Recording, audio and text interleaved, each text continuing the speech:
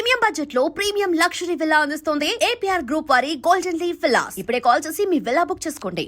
So S-400 అనేదే ఒక operation సింధూర్లో crucial role అనేది ప్లే చేసింది. దాన్ని మనం సుదర్శన్ చక్రగా కూడా అభివర్ణించారు. ఆ తర్వాత ద మోస్ట్ అడ్వాన్స్డ్ వెర్షన్ అనేది S-400 అంటే 4.5 జనరేషన్, ఇప్పుడు 5th జనరేషన్ వచ్చింది అనుకున్న తర్వాత ఇది డిఫెన్స్ సెక్టార్కి అయితే, ఆ తర్వాత అమెరికాకి ఉన్నటువంటి మెయిన్ కన్సర్న్ అంతా కూడా మనం అక్కడ నుంచి చమురు కొనుగోలు చేస్తున్నాము అనే దానికి సంబంధించి దాని గురించి కూడా మాట్లాడుకుంటారా? నెక్స్ట్ ప్లాన్స్ గురించి, వాటిని ఏం చేయబోతున్నారు అనేది.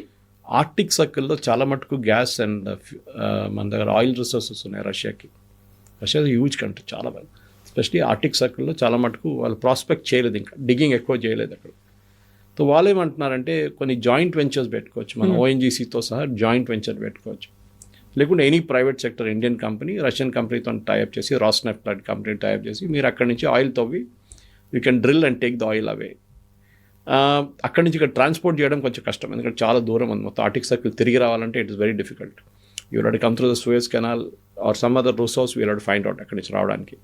కానీ ఓకే, స్టిల్ మేనేజబుల్, అది చేయొచ్చు. కానీ దానికి ఉన్న డబ్బులు, దానికి కావాల్సిన డబ్బులు is going to be big question. Because దాంట్లో పెట్టుబడి అనేది ముందు పెడితేనే 5 సంవత్సరాల తర్వాత ఆయిల్ బయటకు వస్తుంది. సో ఆ ఇనీషియల్ ఫేజెస్లో మనం ఇన్వెస్ట్మెంట్ చేస్తూ, ఎందుకంటే మనం చాలా మటుకు ఆఫ్రికన్ నేషన్స్ కూడా మనం టైఅప్ చేసాం. వెనిజువేలాతో we have a tie up. So మన ఇంటర్నేషనల్ ఆర్గనైజేషన్స్ ONGC లాంటిది వాళ్ళు ఇంటర్నేషనల్ వింగ్ అంటే టైఅప్ చేస్తున్నారు. సో రష్యా ఇది కూడా ఆఫర్ చేయబోతున్నారని ఒక ఏం చెప్తారు, rumours are circulating that Russia will offer oil. ఎందుకంటే మనం రష్యా దగ్గర నుంచి ఎంత పెద్ద యుద్ధం జరిగినప్పుడు కూడా $40 పర్ బ్యారెల్ మన ఆయిల్ కొనుక్కున్నాం రష్యా దగ్గర నుంచి.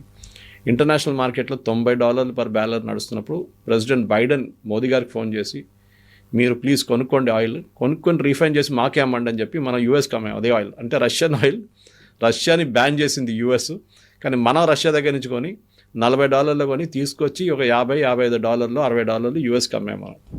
They are happy with it. Even యూరోప్కి అమ్మాం మనం ఆయిల్. Why Europe? యూక్రెయిన్కి డీజిల్ అమ్మాం మనం, ఇండియన్ కంపెనీస్. సో దాంట్లో ప్రైవేట్ సెక్టర్ ఉన్నారు, రిలయన్స్ కానివ్వండి, నియారా కానివ్వండి, అది కాకుండా మన HPCL, IOCL, BPCL వీళ్ళందరూ కొనుక్కుంటున్నారు, ఆయిల్ చేస్తున్నారు. ఇప్పుడు కూడా మన లాస్ట్ మంత్ కూడా we bought record number from Russia. దానికే మన మీద శాంక్షన్స్ పెట్టారు 50%, అంటే first 25, then 25 sanction, because we are buying Russian oil. It's different matter that మనకన్నా ఎక్కువ ఆయిల్ చైనా కొనుక్కుంటున్నారు, చైనా మీద ఏ శాంక్షన్స్ పెట్టలేదు దాని గురించి. యూరోప్ మనకన్నా ఎక్కువ గ్యాస్ కొనుక్కుంటారు రష్యా దగ్గర నుంచి, వాళ్ళకు కూడా ప్రాబ్లం లేదు. కానీ మనం కొనుక్కుంటే ప్రాబ్లం ప్రెసిడెంట్ ట్రంప్కి, ఎందుకంటే ఆయన ఏమంటారు మా దగ్గర కొనండి. సో మనం ఏం చేస్తామంటే లాస్ట్ మంత్ ఒక అగ్రిమెంట్ సైన్ చేస్తాం USతో, మీ దగ్గర నుంచి గ్యాస్ కొనుక్కుంటాం మేము, న్యాచురల్ గ్యాస్. అది natural we'll get it here, US కూడా హ్యాపీ. ఇప్పుడు మీరు రష్యా దగ్గర నుంచి కొనేసుకోండి, మాకు ప్రాబ్లం లేదని చెప్పి కనుమూసుకున్నారు. ఇప్పుడు ఏం చెప్పట్లేదు. బహుశా మన అగ్రిమెంట్, ట్రేడ్ అగ్రిమెంట్ ఇంకొక 15 రోజుల్లో లేకుంటే మ్యాక్సిమం బిఫోర్ క్రిస్మస్ సైన్ అయిపోతుంది first phase agreement. Piyush Goyal గారు చాలా క్లియర్ ఇండికేషన్స్ ఇచ్చారు. అది వచ్చేస్తే ఈ 50% తగ్గించి బహుశా 25 చేసో లేకుంటే 15 కూడా చేయొచ్చు, ఎందుకంటే రెసిప్రోకల్ టారిఫ్ ఉంటుంది. సో దాన్ని బట్టి మనం మళ్ళీ రష్యా నుంచి, అప్పుడు దాకా రష్యన్ వార్ కూడా ఆగిపోతే, Ukraine war, we can easily by oil from Russia. Russia ఎప్పుడు మర్చిపోరు. మనం ఒక మాట గుర్తుపెట్టుకోవాలి, అది నెహ్రూ టైం నుంచి, ఇందిరాగాంధీ టైం నుంచి till Narasimha Rao and beyond Manmohan Singh and Modi దాకా Russia is a fair weather friend అంటాం మనం. ఎప్పుడు మన చేయి ఇవ్వలేదు రష్యా, వాళ్ళు పట్టుకున్నాం, come we will help you అని చెప్పేసి. అది 71 వార్లో కూడా చూడండి, 71 వార్లో US 7th ఫ్లీట్ పంపించారు వాళ్ళ కంప్లీట్ ఎయిర్క్రాఫ్ట్ కెరియర్తో సహా బంగ్లాదేశ్ వైపు. కానీ దానికన్నా ముందు రష్యన్ సబ్మెరీన్స్ వచ్చి చిట్టగాంగ్ పోర్ట్ దగ్గర కూర్చున్నారు, Dhaka. So US navy enter చేయలేకపోయారు బంగ్లాదేశ్ వైపు. That was a big victory for India. Russia చాలా హెల్ప్ చేశారు అప్పుడు. అదే రష్యా మనకు ఎయిర్క్రాఫ్ట్ సప్లై చేయడం కూడా చాలా మటుకు హెల్ప్ చేశారు. మిక్స్ సిరీస్ కంప్లీట్ ఇక్కడే తయారు చేస్తున్నాం ఇప్పుడు మనం. డెఫినెట్గా మిసైల్ సిస్టమ్స్లో S-400 మనకు వచ్చింది, అది కూడా పెద్ద హెల్ప్ ఉంది. అది కాకుండా చాలా మటుకు చిన్న చిన్న ఎక్విప్మెంట్స్ కూడా మనం కొనుక్కున్నాం వాళ్ళ దగ్గర నుంచి. హెలికాప్టర్స్ కొనుక్కున్నాం కొంచెం, మిగతా హెలికాప్టర్స్ అంతా మన US నుంచి కొనుక్కుంటున్నాం చాలా మటుకు. ఇప్పుడు మన అపాషే కూడా మనకు 6 అపాషేకి మనం డబ్బులు కట్టేస్తాం, మనకు 3 ఇచ్చారు ఇప్పుడు US ఇప్పుడు దాకా. మనం 3 పంపించి జర్మనీ దాకా వచ్చి రిటర్న్ తీసుకెళ్ళిపోయారు. టర్కీ ఏదో ఎయిర్ స్పేస్ అలౌ చేయలేదని చెప్పి నాకు అర్థం కావట్లేదు. టర్కీ నుంచి ఎందుకు రావాలి వాళ్ళు, మిగతా రూట్ లేవా తీసుకురావడానికి ఎయిర్క్రాఫ్ట్. ఎనీవే అది ఇంకా డిస్కషన్స్ నడుస్తుంది. సో USని మనం ఎప్పుడు ట్రస్ట్ చేయలేము, ఎందుకంటే ఇప్పుడు చూడండి అపాషే డబ్బులు ఇచ్చి మనం కూర్చుంటున్నాం దానికోసం రెడీగా, మాకు ఎయిర్క్రాఫ్ట్ కావాలి, హెలికాప్టర్ కావాలని చెప్పేసి. ఈ రష్యాకి అట్లా కాదు. రష్యా మనం 2 ఎయిర్క్రాఫ్ట్ క్యారియర్ వాళ్ళ దగ్గర నుంచే కొన్నాం. ఒకటి కొన్నాం first, INS Vikrant originally was Russian, Gorshkov అని తప్పి తర్వాత INS విరాట్గా తయారైంది అది. Then we bought 1 from UK also, అది కూడా కొనుక్కోం. సో 3 ఎయిర్క్రాఫ్ట్ క్యారియర్ ఉండే, 1 నౌ దాంట్లో 2 స్క్రాప్ చేసేసారు. ఇప్పుడు మన కొత్త ఐఎన్ఎస్ విక్రాంత్ కొచ్చిన్ షిప్ యార్డ్లో తయారు చేసాం. దాన్ని మనం ఇప్పుడు ఇక్కడ తీసుకొచ్చాం. మూడోది most important thing is engines. మనకి problem with Tejas and Kaveri engines ఏంటంటే it is not generating enough thrust. Kaveri అనే ప్రాజెక్ట్ ఆల్మోస్ట్ 25 సంవత్సరాలు నరసింహారావు గారి టైం నుంచి మొదలైన ప్రాజెక్ట్ అది డిఆర్డిఓ దగ్గర. It has been one of the biggest failures DRDO చాలా మటుకు సక్సీడ్ అయింది మిసైల్స్ కానీ మిగతా, కానీ ఇంజిన్లో దే డిడ్ నాట్ సక్సీడ్. తయారు చేశారు కానీ దానికి పవర్ లేదు. 5th generation aircraft 4th generation aircraft power చేయడానికి unit tremendous amount of power ఇంజిన్లో. అది మనం కావేరీ ఇంజిన్ చేయలేకపోయారు. ఇప్పుడు సాఫ్రాన్ వాళ్ళు కొత్తగా యూనిట్ హైదరాబాద్లో పెట్టారు. They will supply that engines for Indian air force. So బహుశా హెచ్ఐఎల్కి అది ఇచ్చేసి హెచ్ఐఎల్ దాని నుంచి తేజస్లో పవర్ చేయబోతున్నారు. ఏఎంసీ కూడా నెక్స్ట్ జనరేషన్ ఎయిర్క్రాఫ్ట్ 4th జనరేషన్లో కూడా అది వాడతారు ఇంజిన్. రష్యా మనకి ఇంజిన్స్ వస్తే ఇంకా బాగుంటుంది. రష్యా నుంచి ఇంజిన్స్ స్పెషల్లీ మిగ్ సిరీస్లో మనకి ఇస్తే we can go for that. దాని తర్వాత of course SU-57 is there. It's a big price.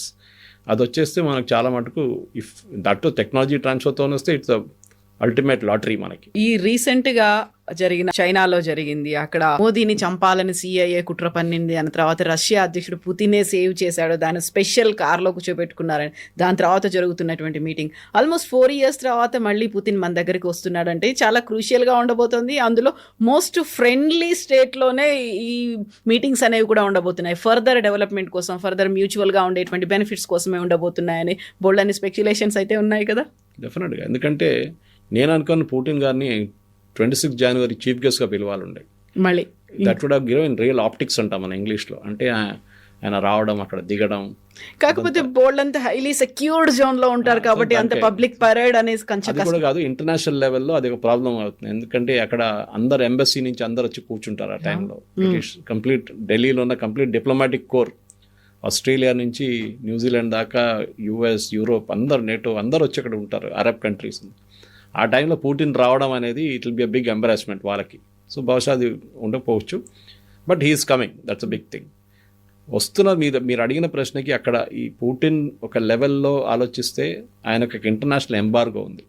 ఇప్పుడు మోదీ గారి దగ్గర వచ్చినప్పుడు ఒక యాక్సెప్టబిలిటీ వస్తుంది. మళ్ళీ చైనాకి వెళ్ళారు, చైనాలో మాట్లాడారు, మోదీని సెక్యూర్ చేశారు మీరు చెప్పినట్లు. ఎస్, రష్యా ఎప్పుడు మనం మర్చిపోకూడదు రష్యాని. Russia had a role in India. అది నేను చెప్పినట్టు నెహ్రూ గారి టైం నుంచి till Manmohan Singh it really work, even Modi గారి టైంలో కూడా. కానీ at the same time we need to practically మనం ఆలోచించాలి. లోకం మారిపోయింది చాలా మటుకు. Today we buying French aircraft Rafale, దానికన్నా ముందు జాగ్వార్ కొన్నాం వాళ్ళ దగ్గర నుంచి మనం. సో ఫ్రెంచ్ కూడా now is a big partner with us. At the same time మనం చైనా ఇన్ఫ్లుయెన్స్ తగ్గించడానికి రష్యాను వాడుకోవాలి. చైనా మీద చాలా మటుకు ఇన్ఫ్లుయెన్స్ రష్యాకు ఉంది డెఫినెట్గా.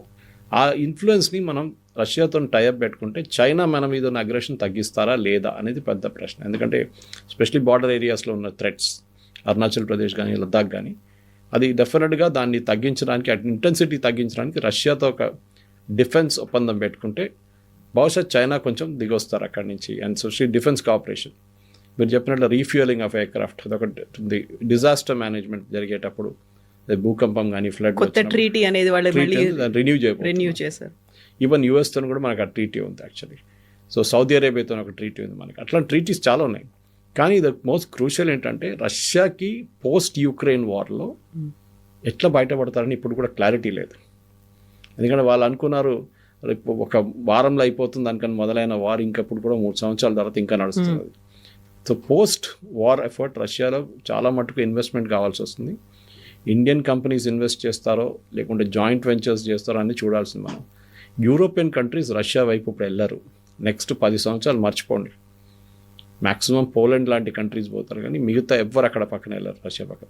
సో రష్యాకి బిజినెస్ కావాలంటే భారతదేశంతోనే మాట్లాడాల్సి వస్తుంది. రష్యన్ ఆయిల్ ఇప్పుడు కూడా కొనుక్కుంటారా లేదా అది కూడా పెద్ద క్వశ్చన్. ఆఫ్టర్ పోస్ట్ వార్లో కొనుక్కుంటారా లేదా అని క్వశ్చన్ ఉంటుంది. So India can serve as a via media in between. Europe ఇక్కడ, ఇండియా ఇక్కడ, రష్యా అక్కడ. సో నడ్మిట్లో we'll do the dealing and plus US also ఒక పైప్. సో మన ఒక మేజర్ రోల్ ప్లే చేయవచ్చు దాంట్లో. ఎందుకంటే ఇంటర్నేషనల్ దాంట్లో చాలా మటుకు there are no permanent friends and no permanent enemies అంటాం. ఇవాళ రష్యా యూఎస్ కొట్టుకుంటున్నారు, కానీ ఇప్పుడు చూడండి Trump and Putin are very close friends, చాలా క్లోజ్ ఫ్రెండ్స్ వాళ్ళు. ట్రంపే ప్రపోజ్ చేసిన దానికి మొన్న అమెరికన్ విట్కాఫ్ వెళ్ళినప్పుడు నిన్న ఆయన గంటసేపు వెయిట్ చేయించారంట పుటిన్. నేను బిజీగా ఉన్నాను వెయిట్ చేయండి అని చెప్పి విట్కాఫ్ని, హూస్ ప్రెసిడెంట్ ట్రంప్స్ మ్యాన్. అంటే ఒక మెసేజ్ పోయిందనమాట, మీరు అంత ప్లీజ్ వెయిట్ చేయండి, I'm a very important person. We are not giving that priority. మేము అంత ఈజీగా మిమ్మల్ని కలవాలి, టైం తీసుకొని కలుస్తాం మిమ్మల్ని. So I have to show my weight అదే నడుస్తుంది. So in all I think ఓవరాల్గా మనం వెయిట్ చేద్దాం. నాకైతే అనిపిస్తుంది ఇది for Putin this is very important. Modi కన్నా ఎక్కువ పుటిన్కి చాలా ఇంపార్టెంట్. ఎందుకంటే ఒక ఇంటర్నేషనల్ ఎంబార్గో పెట్టిన తర్వాత, ఆయన ట్రావెల్ బ్యాన్స్ పెట్టిన తర్వాత, బహుశా first time that he's coming out of a country. China అంటే అందరూ అర్థం చేసుకుంటారు, ఓకే రష్యా చైనా, కానీ ఒక డెమోక్రటిక్లీ ఎలక్టెడ్ గవర్నమెంట్ దగ్గర రావడం it's gonna be a big sign for Russia. And definitely Putin రావడం, హైదరాబాద్ హౌస్లో కలవడం, మీటింగ్స్ అదన్నీ ఉంటుంది. ఆప్టిక్స్లో చాలా మటుకు పనిచేస్తుంది. కానీ finally at the end of it బహుశా ఇంకా 2-3 నెలలు వెయిట్ చేస్తేనే ఫైనల్ కాంటియోస్ అగ్రిమెంట్ ఎట్లా బయటకు వస్తుందో తెలుస్తుంది మనకి. ఎస్, ఈ 4th and 5th అయిపోయిన తర్వాత మళ్ళీ మనం మాట్లాడుకుందాం డెవలప్మెంట్స్ గురించి. Yes sir, thank you so much sir. And for more videos, Please subscribe to iDream. Please subscribe to iDream. Please subscribe iDream. And please subscribe to iDream. For more videos, subscribe to iDream. please like, share and subscribe to the channel. Congratulations, iDream. Subscribe to iDream. Subscribe to iDream. So subscribe to iDream Media. iDream team అందరికి huge congratulations. Please subscribe iDream Media. Please subscribe to iDream. Subscribe iDream. Please subscribe to iDream. iDream అంటే నా కళల channel subscribe చేసుకున్న నోరు తిరుగుతలేదు, మీరైతే గంట గుర్తు కొట్టండి. For more such videos, please subscribe to iDream. Subscribe to iDream. Please subscribe to iDream. Please subscribe iDream Media. Please do subscribe to iDream. Please subscribe to iDream Media. For best entertainment and information, please subscribe iDream. And don't forget to subscribe to iDream.